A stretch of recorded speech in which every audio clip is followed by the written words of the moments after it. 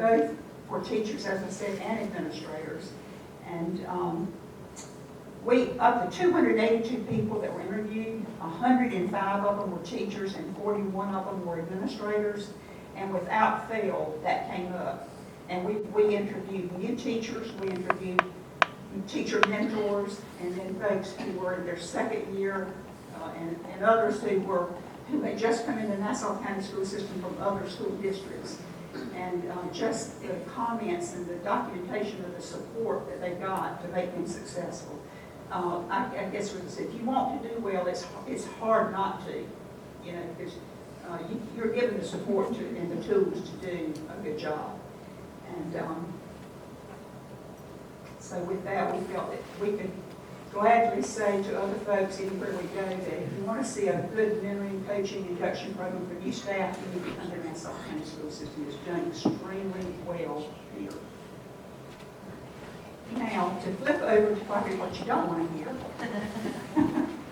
you have two improvement priorities. I will tell you, I've said over and over, this is very measurable. We have a rubric. We have that indicator. We have to look at exactly what items under that rubric, and we have to measure, each bulleted point. We cannot, if we say it's a rating 3, we have to prove by each one of those points, we have evidence to show. So this particular improvement priority is dealing with leadership on Standard 2, which is governing board and leadership. Commit to and participate in a structured professional development program for all board members regarding the roles and responsibilities of the governing board and its individual members. That's tied directly to indicator 2.2. Now, why is that an improvement priority? As an accredited school system,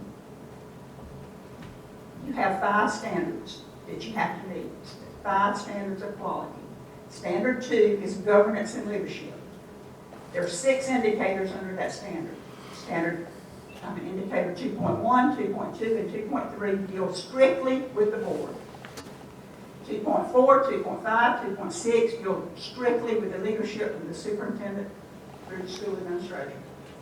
So you are directly responsible as a governing board for meeting all aspects of the quality standards with those 3 indicators. You met 2.1, you met 2.3, you did not meet 2.2.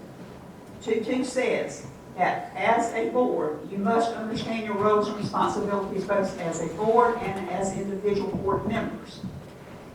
And evidence of that, and it spells it out, is that you will participate in continuous professional development on your roles and responsibilities. It can't be a one-time thing. There's evidence that as a brand new board member comes on, you pay the Florida School Boards Association to participate in that training for a new board member. And no board notes, board minutes from month to month.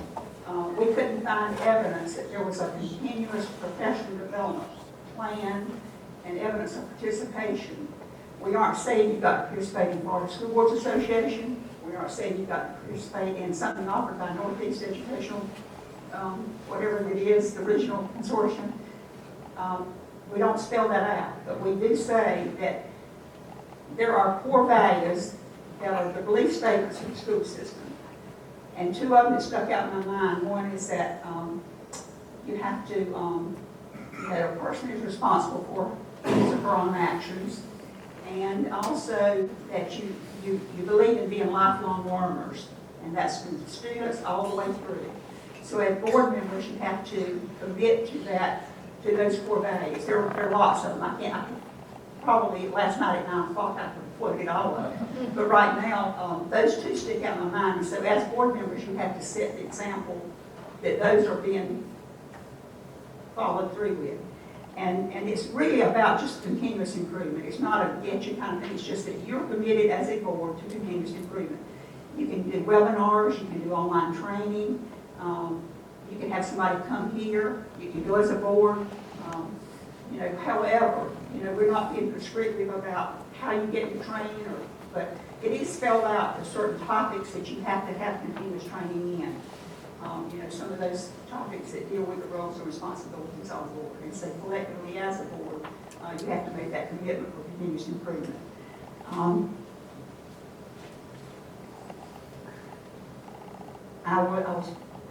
had made a note here about the experience of where I know you range from somebody with over maybe a little more than 1 year experience, or I don't know, to somebody with almost 30 years of experience. And so I think sometimes we say as a new teacher, you've got to have a lot of support and, you know, that mentoring and things that you're so strong with. And as board members, you have to have that. But even though those old heads of us, we have to still learn. We have to be committed to being lifelong learners. And so I say no more. When you get the report, you get all the details on that. But that's one of your two improvement priorities. And the second one is, of course, dealing with teaching and learning. I'll read it. It's a mouthful, and every word there has been wordsmithed and is in there for a particular reason. Develop, implement, and monitor a comprehensive staff development program for training professional and support staff members in the evaluation, interpretation, and use of data to ensure vertical and horizontal alignment, common grading practices, and alignment with goals for achievement and instruction. Now, I want to first say, I want to commend the system for what all they have done with this.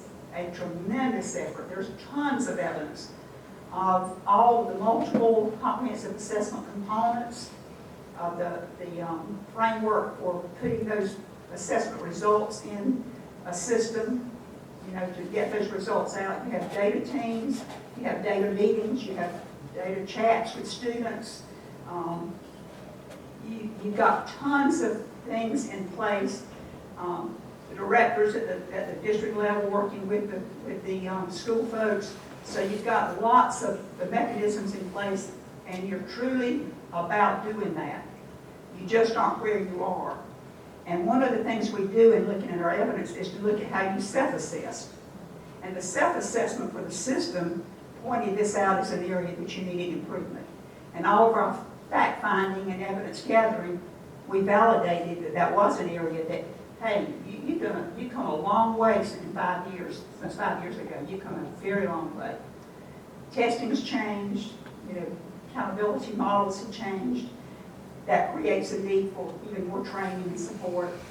And I think evidence was very strong on the alignment, the piece where third grade teachers from one school met with third grade teachers of the other schools in the system, and a lot of that support and networking and professional learning communities.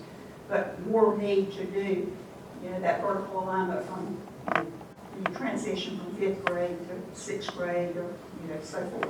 So all of that piece. And then the lacking piece in that was the common grading practices. The 3.10 says that as an accredited school system that's highly effective, that you will have common grading practices across the system. So if I'm in English at West Nassau High and I get an A, that A means the very same thing that it does, you know, at Yulee High School. Projects will count a certain percentage, quizzes will count a certain percentage. Does homework count in my final 9 weeks grade? Does late work count? Does it penalize you? All those kinds of things that determine common grading practices. And there are some pockets of developing that and working on it, but this report is a systems report that's being done system-wide. And that was an area that the system rated itself down on, that they wanted to work on. So this is not a surprise for those who truly worked with the self-assessment of Nassau school system. So much is embedded in there, but I did want to acknowledge that, you know, how far you've come. And I think the strength of this one is, as we talk, you can take a person and teach them certain skills. You can teach them how to use technology tools. There's so many things you can teach them, but if they don't have the people skills to deal with children, it's just about impossible to make a truly effective teacher out of them.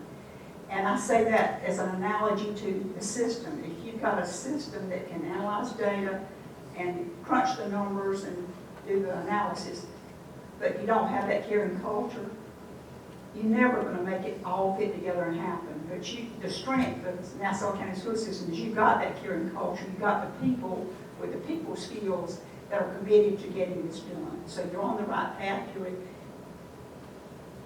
when the next review comes, I am positive it will be an embedded practice that will be a screen. Because that's the attitude that we found with all the evidence that we collected. Those were the two of the 4 actions, 2 powerful practices, 2 improvement priorities, and we did have an opportunity for improvement, which is, and we didn't put it in this report because it's not something that you have to take action on, but I'll just mention it. It was about having student, you have to have a student advocate, you have to have an adult advocate for every student, just a go-to person, and that's part of that, that nurturing, caring, the non-academic side, but the emotional well-being of students. And most all of the students we interviewed on said, we know we can go to our counselor, we can go to our coach, we can go to our, they didn't have an assigned like mentor, advisor. There are pockets of that, and it looks different ways. And I think lots of evidence that that's becoming a part of that PBIS grant, the school climate grant, and all of that. But that was just an opportunity to say, look at that, and the school system did rate itself as that area of improvement, but it wasn't something that needed immediate attention to make the biggest bang for your buck in terms of what needed the most attention immediately. The conclusions, the index of educational quality, as I mentioned, you're going to have an overall index of educational quality, and it's going to be based on your teaching and learning, your capacity of leadership, and your utilization of resources. Know that the next slide is going to show that index of educational quality, and it's to be used as a tool for formative assessment.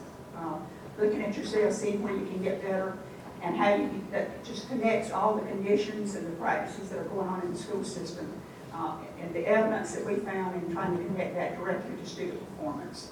So that's just sort of a global listing of all the pieces that go into that, what we call IEQ for the school system. And so with that, I know you're about to die to see what it is. The Index of Educational Quality for Nassau County School District. Your overall score, when you put all those 41 indicators together in those 3 areas, your overall index was 280.49. You want a scale from 100 to 400. Do you think there's ever been a school district with 400? Never will be.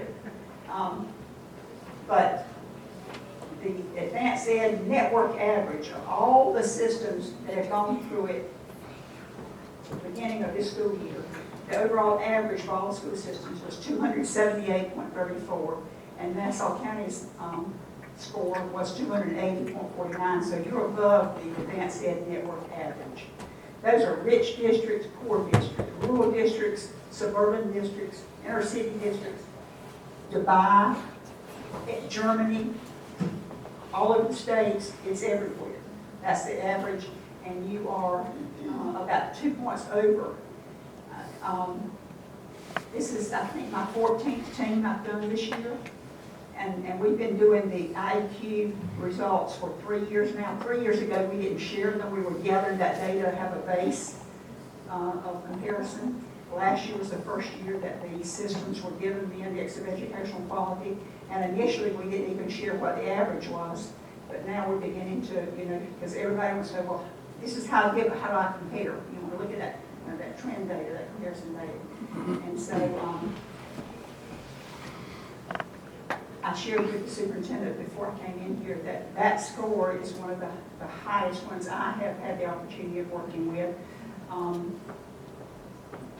Don't believe in giving you anything. We didn't give you anything. You earned that score. And to have a score that's above the network average, you should be very pleased, very, very pleased. When the final report comes back and you look at the detail under each of the areas, leadership and teaching and learning and resource utilization, it'll give you a lot more detail. I'll mention to you that your stakeholder feedback was an issue.